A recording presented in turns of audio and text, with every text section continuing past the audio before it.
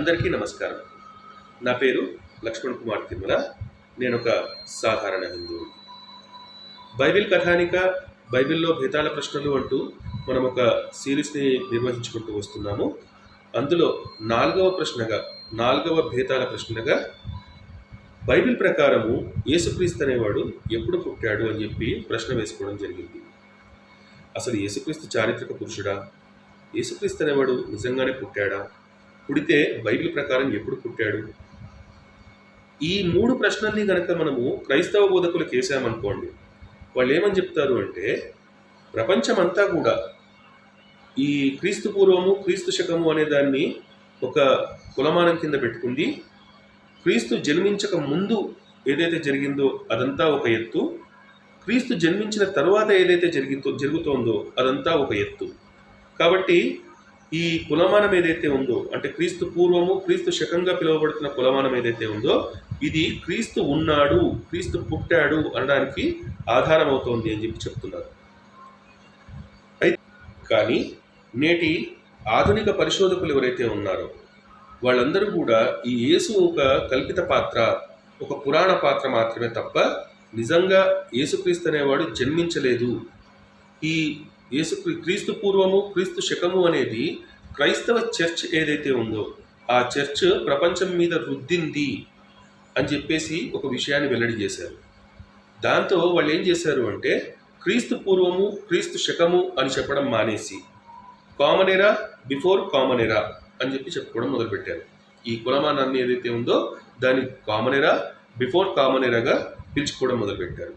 దాన్నే తెలుగులోకి తీసుకుంటే సామాన్య శకము, సామాన్య శకానికి పూర్వము అని చెప్పి చెప్పుకుంటున్నాము ఇప్పుడు మనం. కానీ ఈ దేశాన్ని భారతదేశంగా ఉండనివ్వము, ఈ దేశాన్ని మత దేశంగా మార్చేస్తాము, అందుకోసమే మేము మతం మారాము, అందుకోసమే మేము మతం మారుస్తున్నాము అని చెప్పి చెబుతున్న క్రైస్తవ బోధకులు ఎవరైతే ఉన్నారో ఇప్పటికీ కూడా మనకు ఈ క్రీస్తు పూర్వము క్రీస్తు శకము అనే దాన్ని మన నెత్తి మీద పెట్టే ప్రయత్నం చేస్తున్నారు, మనకు రుద్దే ప్రయత్నం చేస్తూ ఉన్నారు. అయితే ఇంతకీ బైబిల్ ప్రకారం యేసు అనేవాడు ఎప్పుడు పుట్టాడు? దీనికి మనము కొంత మళ్ళీ ప్రశ్న గురించి మనం మాట్లాడుకోవాల్సి వస్తుంది. మనం ప్రశ్న ఏం వేసుకున్నాము అంటే, హేరోదు రాజుగా ఉన్నప్పుడు యోసేపు అనేవాడు ఒక వడ్రంగి ఉండేవాడు. ఆ వడ్రంగికి మరియా అనే ఆవిడతోటి ప్రదానం చేయబడుతుంది. ఈ మరియా ఆల్రెడీ గర్భవతిగా ఉంది అని చెప్పి, అంటే వీళ్ళిద్దరూ కలుసుకోక ముందు గర్భవతిగా ఉందని చెప్పి తెలుసుకున్న యోసేపు ఈమెను విడిచిపెడదాం అనుకుంటాడు. కానీ యోసేపు దగ్గరికి ఒక దేవదూత వచ్చి చెప్తాడు. ఏమని చెప్తాడు అంటే, ఈ మరియా ఎవరైతే ఉందో ఆమె సామాన్యంగా గర్భవతి కాలేదు, బైబిల్ దేవుడైన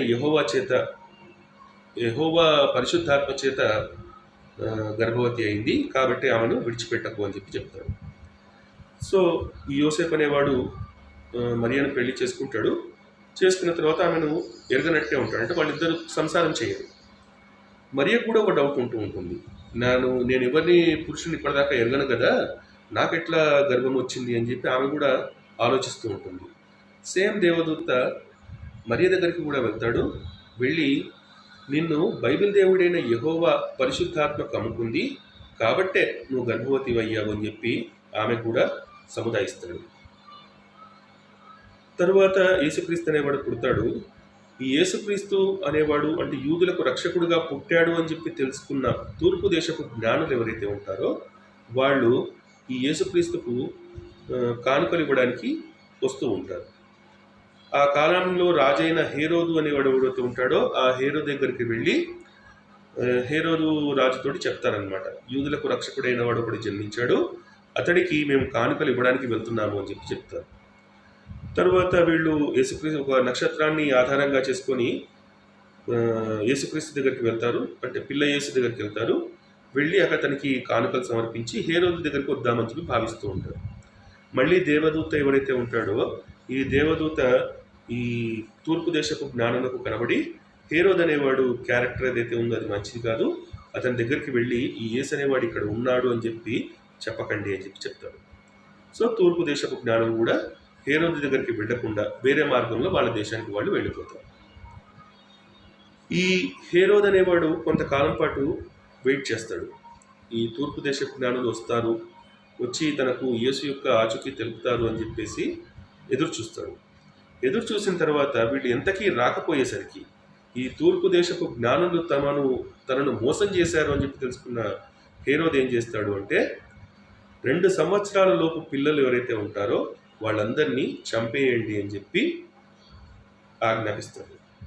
ఇది బైబిల్ చెప్తోంది. ఈ 2 సంవత్సరాల కాలం ఏదైతే ఉందో దీన్ని మనము ప్రధానంగా తీసుకోవాల్సి ఉంటుంది. ఎందుకు హేరోదు 2 సంవత్సరాల లోపు పిల్లల్ని చంపమని చెప్పాడు? దీన్ని బట్టి మనకి ఏమర్థమవుతుంది అంటే ఈ తూర్పు దేశపు జ్ఞానులు వచ్చి తనకు యేసు యొక్క జాడ తెలుపుతారు అని చెప్పేసి హేరోదు రాజు 2 సంవత్సరాలు ఎదురు చూశాడు. 2 సంవత్సరాలు ఎదురు చూసినప్పటికీ రాలేదు కనుక తనను మోసం చేశారు అని చెప్పి విషయం తెలుసుకొని ఈ హేరోదు రాజు 2 సంవత్సరాలలోపు పిల్లలు ఎవరైతే ఉంటారో వాళ్ళందరినీ చంపేయమని చెప్పి ఆజ్ఞాపిస్తాడు. అయితే హేరోదు రాజు సామాన్య శకానికి పూర్వం 4వ సంవత్సరంలో చనిపోయాడు కనుక యేసుక్రీస్తు అనేవాడు నిజంగానే పుట్టి ఉంటే సామాన్య శకానికి 4 కంటే ముందు పుట్టి ఉండాలి. కానీ హేరోదు రాజు 2 సంవత్సరాలు వెయిట్ కూడా చేశాడు కదా తూర్పు దేశపు జ్ఞానుల కోసం. కాబట్టి మనకి ఏమర్థమవుతుంది అంటే యేసుక్రీస్తు గనక ఒకవేళ నిజంగానే పుట్టి ఉంటే క్రీస్తు పూర్వం లేదా సామాన్య శకానికి పూర్వమే 6వ సంవత్సరంలో పుట్టి ఉండాలి అనే విషయం మనకు బోధపడుతుంది. దీనికి సంబంధించిన ఆధారాలు మనకు మత్తయి సువార్తలో మనకు లభిస్తూ ఉంటాయి. మత్తయి సువార్త 2వ అధ్యాయంలో మనం పరిశీలించినట్టయితే ఈ హేరోదు కాలంలో జరిగిన విషయాలన్నీ మనకు తెలుస్తాయి. నేను హేరోదు రాజు ఏ కాలం వాడు అనే దానికి మీకు ఆల్రెడీ ఒక పోస్ట్ పెట్టాను, మీరు చూసుంటారు. సో ఇదే విషయాన్ని అంటే యేసు యొక్క జన్మ సంవత్సరం ఏది అనే విషయాన్ని కనుక మనము లూకా సువార్త ద్వారా మనం పరిశీలించామనుకోండి, దీనికి విరుద్ధమైన సమాధానం మనకు వస్తుంది. లూకా సువార్త ప్రకారం ఏంటి అంటే కైసరు ఔగుస్తు అని చెప్పి అధిపతిగా ఉంటాడు. ఈ కైసరు ఔగుస్తు కాలంలో ఇతడు ప్రపంచ జనాభా ఏదైతే ఉందో అంటే మామూలుగా వాళ్ళ దేశాల్లో ఉన్న జనాభా ఏదైతే ఉందో ఆ జనసంఖ్యను లెక్కించమని చెప్పి ఆజ్ఞాపిస్తాడు. మన యోసేపు అనే మరియ భర్త ఎవరైతే ఉన్నాడో ఈ మరియ భర్త తన దేశం అంటే ఆల్రెడీ తను గలిలేయోలో ఉంటాడు. ఈ గలిలయ నుంచి బెత్లహేమ్కి వెళ్ళి తన పేరును నమోదు చేయించుకోవడానికి అప్పటికే గర్భవతిగా ఉన్న మరియను తీసుకొని వెళ్తూ ఉంటాడు. తర్వాత ఆమె ప్రసవిస్తుంది, యేసు జన్మిస్తాడు. ఇది లూకా సువార్త చెప్తోంది. మరి ఈ కైజర్ ఔగుస్తు అనేవాడు ఎప్పటివాడంట? చరిత్రకారులు ఏమని చెప్తున్నారు అంటే ఈ కైజర్ ఔగుస్తు అనేవాడు సామాన్య శకం తరువాత 6వ సంవత్సరంలో ఈ ఆజ్ఞ ఇచ్చాడు. ఈ జనాభా లెక్కించమని చెప్పి ఆజ్ఞ ఇచ్చాడు. అతని పరిపాలనా కాలం ఏదైతే ఉందో సామాన్య శకం 6వ సంవత్సరంలో అవుతోంది అని చెప్పి చరిత్రకారులు చెప్తున్నారు. మన ప్రశ్న మొదటికే వచ్చింది. బైబిల్ ప్రకారం యేసు ఎప్పుడు పుట్టాడు? చరిత్రకారుల ఆధారంగా ఆయా రాజుల కాలమానాన్ని మనం పరిశీలించి చూసినట్టయితే యేసుక్రీస్తు అనేవాడు హేరోదు కాలంలో కనుక జన్మించి ఉంటే సామాన్య శకానికి ముందు 6వ సంవత్సరంలో జన్మించి ఉండాలి.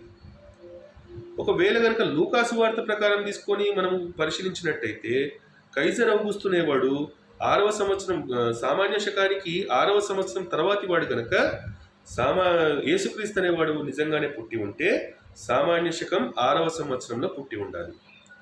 సో క్రైస్తవ బోధకులారా, ఇంతకీ యేసుక్రీస్తు హేరోదు కాలమైన సామాన్య శకానికి ముందు 6వ సంవత్సరంలో పుట్టాడా, లేకపోతే కైజర్ ఔగుస్తు కాలమైన సామాన్య శకం తరువాత 6వ సంవత్సరంలో పుట్టాడా అని చెప్పాల్సిన బాధ్యత మీపైనే ఉంటుంది. ఇది మిత్రులారా, ఇక ఉంటాను.